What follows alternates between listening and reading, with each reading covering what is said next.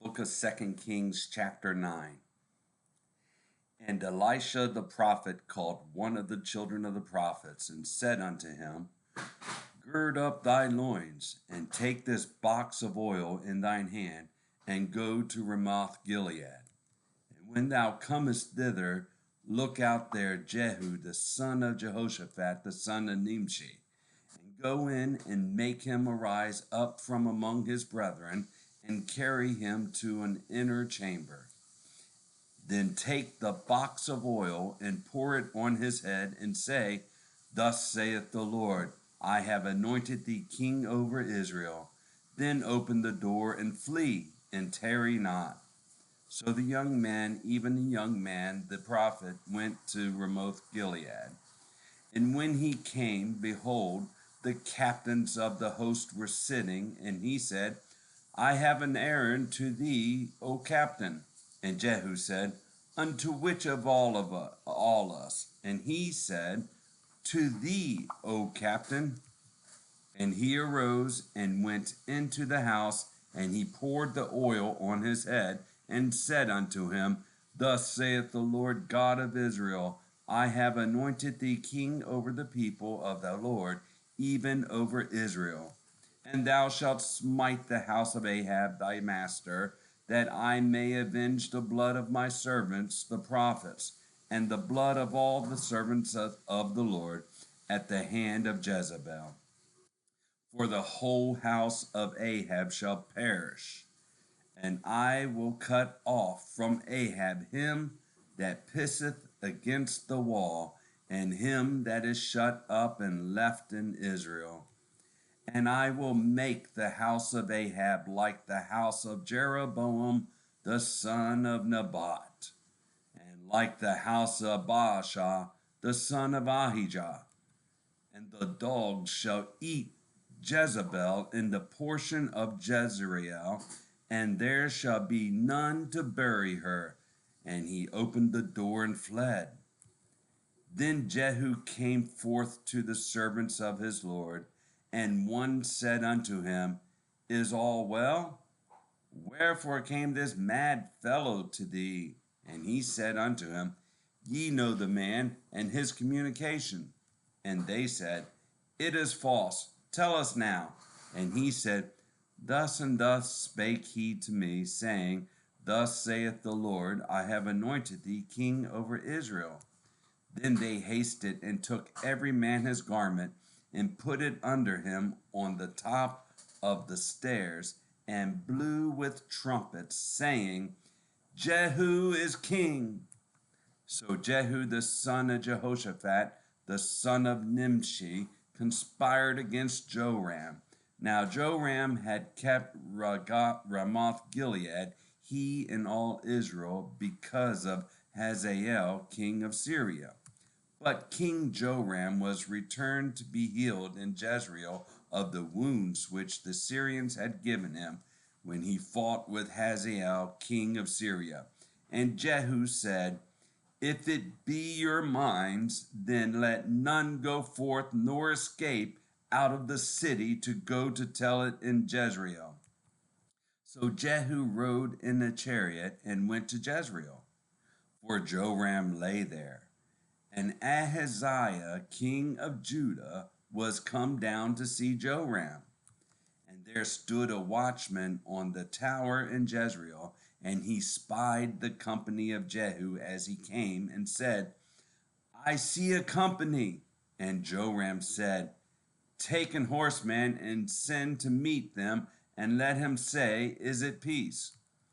So there went one on horseback to meet him, and said, Thus saith the king, Is it peace? And Jehu said, What hast thou to do with peace? Turn thee behind me. And the watchman told, saying, The messenger came to them, but he cometh not again.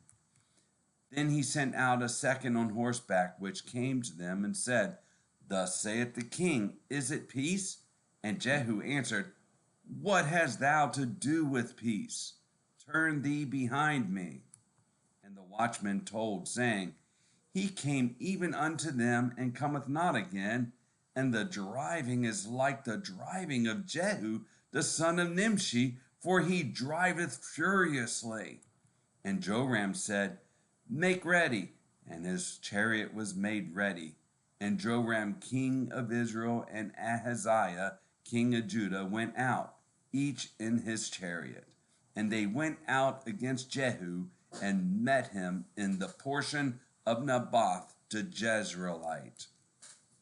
And it came to pass, when Joram saw Jehu, that he said, Is it peace, Jehu?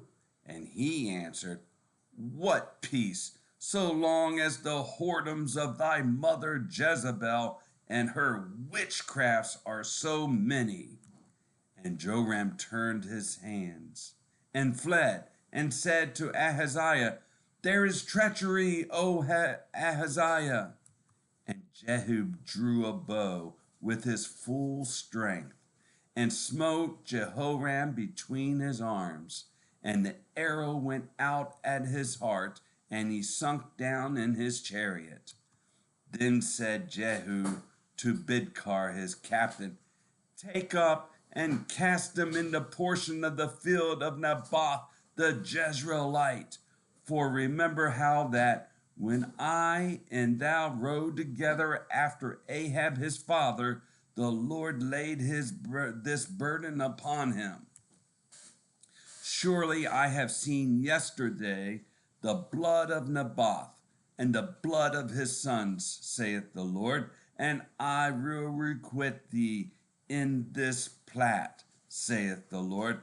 Now therefore take and cast him into the plat of ground according to the word of the Lord.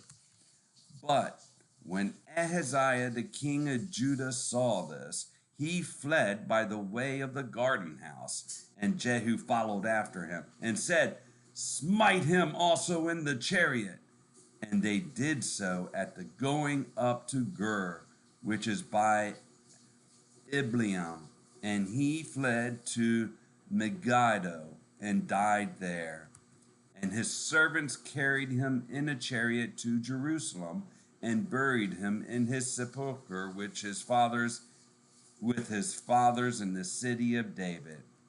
And in the 11th year of Joram the son of Ahab began Ahaziah to reign over Judah. And when Jehu was come to Jezreel, Jezebel heard of it, and she painted her face, and teared her head, and looked out at a window. And as Jehu entered in at the gate, she said, Had Zimri peace? Who slew his master?